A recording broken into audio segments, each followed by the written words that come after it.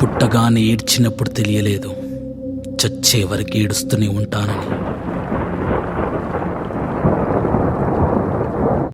అత్యాచారం చేసి నోని ఊరి తీయాలి, మేడ పట్టి గొంతు పిసికి కాల పెట్టాలి. నేను చెప్పేదంతా లోకం మొత్తం వీణ పడాలి.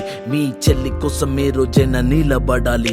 నేను పాడేది పాటనే కద్దు చిన్నారి మాటలే ఇవి, కన్నులు కల్లార తడి కాపాడేదెవరు మరి? అమ్మాయిల వాకిళ్లలోనే సంఖ్యలు బంధించి మరి రంగుల ముగ్గుల పొడి రక్తంగా మారేనే పడి. మమ్మీ నువ్వు ఇంట్లో వదిలేసి వెళితే, అంకల్ నా చేయి పట్టి మీద మీద పడితే ఏమని చెప్పను నేను, ఎవ్వరికి చెప్పను నేను. మీరే నేర్పించారు పెద్దోళ్ళు దేవుళ్ళు అని. ఎందుకు మమ్మీ పుట్టించాడు డాడీ నన్ను? అసలు వినాలనుకున్న నేను చందమామ కథలు, ఆడపిల్ల బాధలన్నీ చెప్పుకునే బదులు పుట్టగానే చంపేస్తుంటే తప్పుతుండే ఉసురు. చిన్న బట్టలు వేసుకుంటే చంపేయాలా?